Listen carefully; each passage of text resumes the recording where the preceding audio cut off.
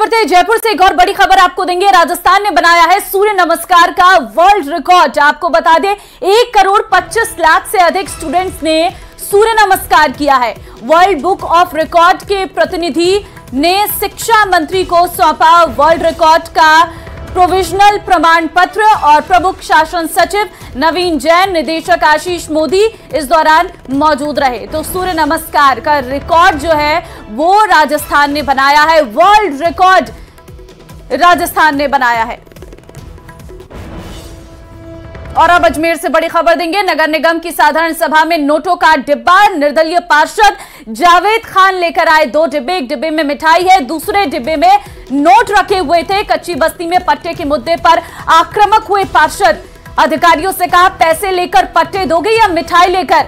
घटनाक्रम के बाद पार्षद जावेद सदन छोड़कर निकले। तो नगर निगम की साधारण सभा की बैठक में नोटों का डिब्बा लेकर पहुंचे पार्षद। तस्वीर भी हम आपको दिखा रहे हैं। 2 डिब्बे थे, एक डिब्बे में मिठाई, दूसरे डिब्बे में नोट रखे हुए थे, जिसमें उनकी तरफ से सवाल पूछा गया कि नोट देकर या फिर मिठाई देकर, क्या देकर आप पट्टे जारी करेंगे। तो ये साफ तौर पर आज सदन में हंगामा देखने को मिला जब नगर निगम की साधारण सभा की यह बैठक हो रही थी और इस दौरान पार्षद 2 डिब्बे लेकर पहुंचे। और जम्मू कश्मीर में इंडी गठबंधन को बड़ा झटका लगा है। फारूक अब्दुल्ला का अकेले चुनाव लड़ने का फैसला। जम्मू कश्मीर की सभी सीटों पर अकेले चुनाव लड़ेंगे। सभी 5 सीट पर उतारेगी नेशनल कॉन्फ्रेंस उम्मीदवार। आपको बता दें शुरुआत से इंडी गठबंधन के साथ थे अब्दुल्ला, लेकिन अब किनारा कर दिया है। तो उत्तर प्रदेश में जयंत चौधरी, पंजाब में भगवंत मान और अब जम्मू कश्मीर में इंडी गठबंधन को बड़ा झटका यहां पर लगता हुआ नजर आ रहा है। नेशनल कॉन्फ्रेंस के अध्यक्ष फारूक अब्दुल्ला ने जम्मू कश्मीर की सभी 5 लोकसभा सीटों पर अकेले चुनाव लड़ने का फैसला किया है। इंडी गठबंधन की शुरुआत से ही फारूक अब्दुल्ला को गठबंधनों की बैठक में देखा गया है, लेकिन उनके अचानक लिए गए इस फैसले ने सबको चौंका दिया है। इंडी गठबंधन को पश्चिम बंगाल, पंजाब और दिल्ली में पहले ही आम आदमी पार्टी और टीएमसी झटका दे चुकी है। उत्तर प्रदेश में भी समाजवादी पार्टी और कांग्रेस के बीच बात बनती नहीं दिख रही है। ऐसे में फारूक अब्दुल्ला का यह फैसला इंडी गठबंधन को और कमजोर कर देगा। मुझे लगता है कि दोनों रियासत और पार्लियामेंट्री इलेक्शन मुझे लगता है इकट्ठे होंगे।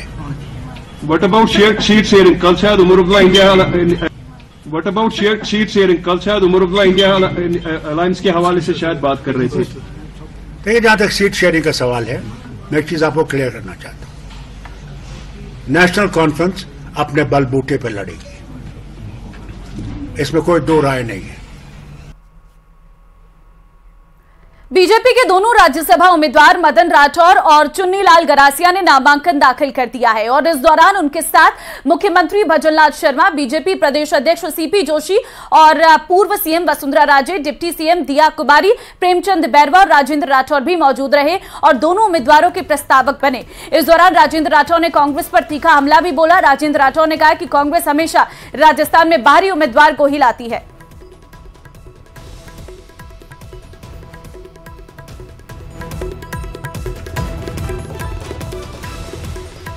यह कमाल कर सकती है भारतीय जनता पार्टी ही। एक ऐसे संगठनकर्ता जिन्होंने मंडल अध्यक्ष से अपना संगठनात्मक जीवन प्रारंभ किया और 3 बार विधानसभा में अहर्ताएं होते हुए भी टिकट नहीं मिल पाई, पर धैर्य देखिए मदन जी राठौड़ का। आज वो मूल ओबीसी के प्रतिनिधि के तौर पर इस हिंदुस्तान के सबसे बड़े सदन में जा रहे हैं। एक आदिवासी नेता जिन्होंने जीवन पर्यंत आदिवासियों की बात कही और लंबे समय तक संगठन का काम करते रहे, ऐसे श्री चुन्नीलाल जी गरासिया।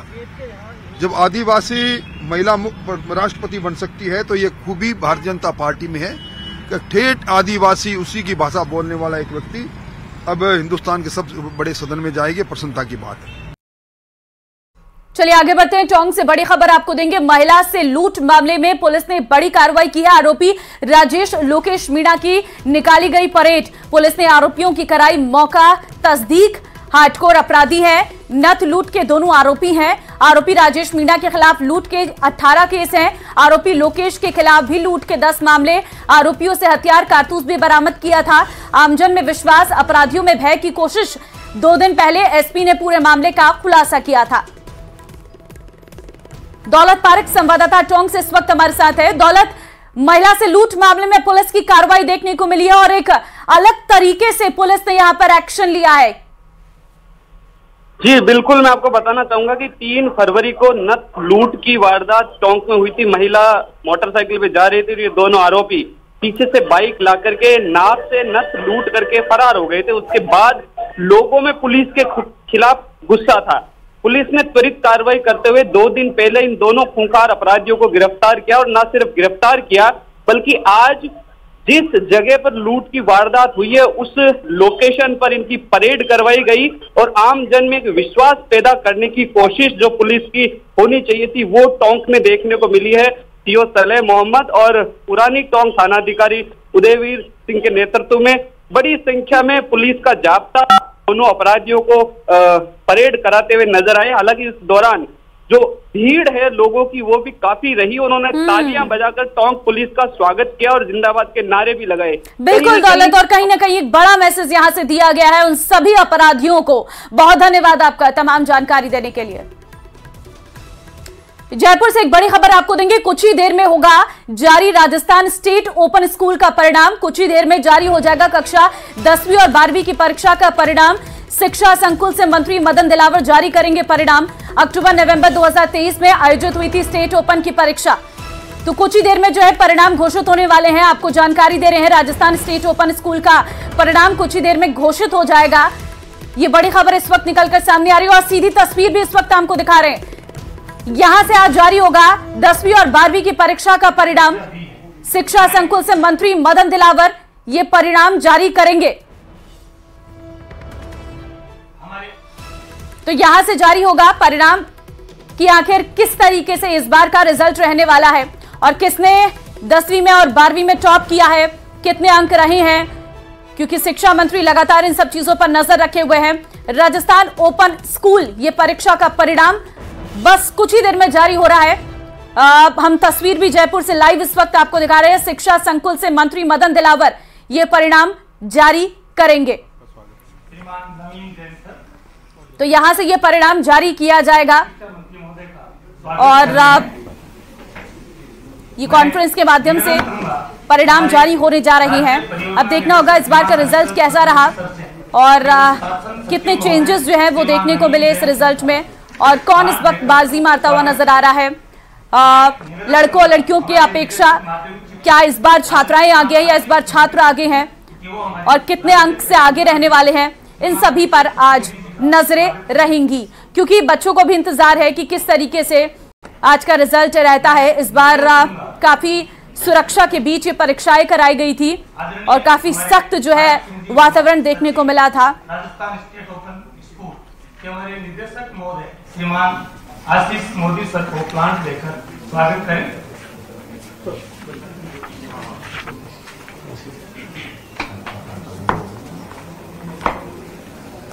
मैं निदेशक महोदय के बारे में बताना चाहूंगा कि वो राजभवन में होने वाली एक आवश्यक मीटिंग के राजस्थान स्टेट ओपन स्कूल का परिणाम कुछ ही देर में जारी होने वाला है, क्या जानकारी? देखिए, बिल्कुल राजस्थान स्टेट ओपन जो है पूरे देश के जितने भी ओपन स्कूल्स हैं उनमें सबसे ज्यादा नामांकन वाला ये बोर्ड है, जहां पर सबसे ज्यादा स्टूडेंट्स जो हैं रजिस्टर्ड हैं। और इसका जो 10th और 12th क्लास का जो रिजल्ट है, कक्षा 10वीं और 12वीं का जो परिणाम है वो आज जारी किया जा रहा है। और राजस्थान के जो शिक्षा और पंचायती राज मंत्री हैं मदन दिलावर वो परिणाम जारी करने के लिए पहुंचे हुए हैं। उनके साथ में जो शिक्षा सचिव है नवीन जैन वो पहुंचे हुए हैं, जो निदेशक है माध्यमिक शिक्षा के वो यहाँ पर पहुंचे हुए हैं। और यहाँ पर कार्यक्रम में ये जानकारी दी जा रही परिणाम जारी करने के अवसर पर कि किस तरीके से परिणाम जो है पूरा तैयार किया गया है। और अब जो है कुछ ही क्षणों के अंदर आप देख पाएंगे कंप्यूटर की स्क्रीन पर एक क्लिक करने के बाद ऑनलाइन ये परिणाम जो है वो जारी कर दिया जाएगा स्टेट ओपन की वेबसाइट पर, जिसमें ये भी बताया जाएगा कि ओपन के रिजल्ट में कौन टॉपर रहा कक्षा 10th में, कक्षा 10वीं में और कक्षा 12वीं में। दोनों ही कक्षाओं का परिणाम जो है वो जारी किया जा रहा है। लाखों बच्चों ने जो है वो पार्टिसिपेट किया था इस एग्जाम के अंदर। ये ओपन एग्जाम जो उन लोगों के लिए है जो शिक्षा को समय नहीं दे पाते, स्कूल तक पहुंच नहीं पाते, वंचित रह गए शिक्षा से। ऐसे जो लोग हैं जो शिक्षा से वंचित हैं, उन्हें शिक्षा से जोड़ने के लिए जो है वो ये परिणाम जो है वो जारी यहाँ पर किया जा रहा है। और आप देखिए कुछ ही क्षणों के अंदर जो है वो आपको स्क्रीन पर टॉपर्स की लिस्ट भी नजर आएगी।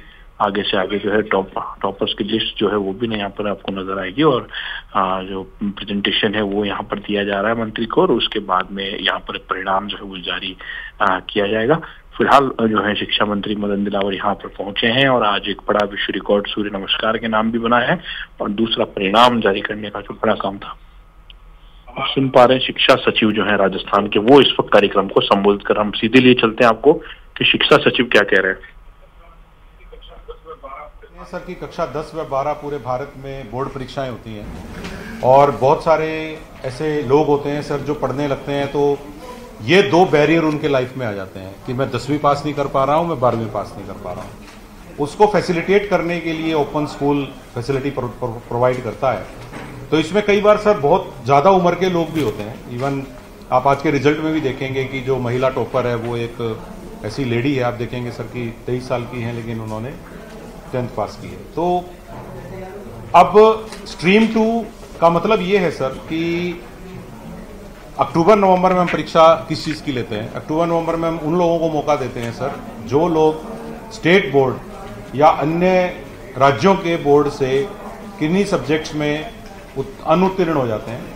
तो अनुत्तीर्ण लोगों को मौका दिया जाता है कि वो राजस्थान स्टेट बोर्ड के माध्यम से अपनी शिक्षा को आगे बढ़ा लें। तो अगर कोई व्यक्ति अपने खुद के बोर्ड में दो सब्जेक्ट में अनुत्तीर्ण हो जाए और मतलब अपने वाले में 4 में हो जाए और दूसरे बोर्ड्स में 2 में हो जाए तो उसको हम स्ट्रीम 2 बोलते हैं सर। तो ये स्ट्रीम 2 का परिणाम ऐसे लोगों का है जो हमारे खुद के बोर्ड या अन्य राज्यों के बोर्ड से अनुत्तीर्ण होने के कारण हमारे यहाँ एनरोल करके अपनी परीक्षा को, अपने करियर को आगे बढ़ाते हैं। ऐसे कुल 8,623 लोग पंजीकृत दिखाई दे रहे हैं सर और इनमें से 7,698 परीक्षा में आए और 925 जो है वो परीक्षाओं में अनुपस्थित रहे विभिन्न प्रकार से। कुल मिला के जो लोग आए हैं 7,698, उनमें से सर 5,028 उत्तीर्ण हो गए हैं और 2,670 वो फेल हो गए हैं या आंशिक रूप से उत्तीर्ण हुए हैं। इसी तरह से सर जो पूरक परीक्षा है नेक्स्ट पे, ये उनकी होती है सर जो हमारे ही ओपन स्कूल से फेल हो गए, क्योंकि पूरक परीक्षा का मतलब है आप कोई सब्जेक्ट पास नहीं कर पाए तो आप पूरक परीक्षा दे रहे हैं, सप्लीमेंट्री बोल देते हैं सर। तो ऐसे विद्यार्थी 24,000 थे, 11,637 10th में थे और 12,365 12th में थे और इनमें से 20,834 लोग परीक्षा में प्रविष्ट हुए और इनमें से सर 12,514 लोग उत्तीर्ण हो गए और 8,320 आंशिक रूप से उत्तीर्ण हो गए, यानी कि उनकी कंपार्टमेंट आई है सर। तो इस प्रकार से अगर हम दोनों का परीक्षा परिणाम एक साथ देखते हैं तो स्ट्रीम 2 और पूरक यानी कि स्टेट बोर्ड से जो फेल हो गए थे या अन्य स्टेट बोर्ड से फेल हो गए थे या ओपन स्कूल से ही फेल हो गए थे, इन तीनों प्रकार के लोगों की 32,625 की एनरोलमेंट में से 28,532 ने परीक्षा दी, 4,000 अनुपस्थित रहे और 17,542 लोग इनमें से उत्तीर्ण हो गए हैं। अब वो आगे अपनी 11th की या +2 के बाद की पढ़ाई को कंटिन्यू कर सकते हैं और 10,990 लगभग 11,000 लोगों को फिर से ट्राई करना पड़ेगा आगामी परीक्षाओं में। इसमें सर अगर हम इसको परसेंटेज वाइज देखें तो हम ये कह सकते हैं सर कि कक्षा 10th में 60.79% लोग और 62.29 12th क्लास में उत्तीर्ण हुए।